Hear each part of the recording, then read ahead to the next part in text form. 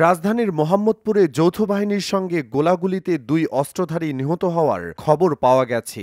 ঘটনাস্থল থেকে ৫ জনকে আটক ও অস্ত্র উদ্ধার করা হয়েছে। বিষয়টি নিশ্চিত করেছে ৪৬ পদাতিক ব্রিগেডের ২৩ ইস্ট বেঙ্গল পদাতিক ব্যাটালিয়নের এক কর্মকর্তার কাছ থেকে। বুধবার দিবাগত রাত ১টার দিকে মোহাম্মদপুর বসিলা রোডের চাঁদ উদ্যান ৪০ ফিট এলাকার লাউতলায় এ ঘটনা ঘটে। নিহত ২ জনের পরিচয় এখনও জানা যায়নি। এদিকে মোহাম্মদপুর বসিলা রোডের চাঁদ উদ্যান ৪০ ফিট এলাকার লাউতলায় এ গোলাগুলির একটি ভিডিও সামাজিক যোগাযোগ মাধ্যমে ছড়িয়ে পড়েছে, যেখানে বিকট গুলির শব্দ শোনা যায়। এ বিষয়ে নাম প্রকাশ না করার শর্তে আইনশৃঙ্খলা বাহিনীর দায়িত্বশীল একজন কর্মকর্তা জানান, রাজধানীর মোহাম্মদপুর থেকে যৌথ বাহিনীর কাছে তথ্য আসে মোহাম্মদপুর বসিলা রোডের চাঁদ উদ্যান বাই ৪০ ফিট এলাকায় লাউতলায় বেশ কয়েকজন অস্ত্রধারী বৈঠক করছে। এর প্রেক্ষিতে যৌথ বাহিনী লাউতলায় গেলে অস্ত্রধারীরা এলোপাতাড়ি গুলি চালায়। এতে যৌথ বাহিনীর সদস্যরাও পাল্টা গুলি চালায়। এভাবে ২ থেকে ৩ মিনিট গুলি বিনিময় হয়। এক পর্যায়ে ৫ জন অস্ত্রধারী চিৎকার করে আত্মসমর্পণ করে। তাদের গ্রেফতার করার সময় ২ জনকে গুলিবিদ্ধ অবস্থায় মৃত পাওয়া যায়।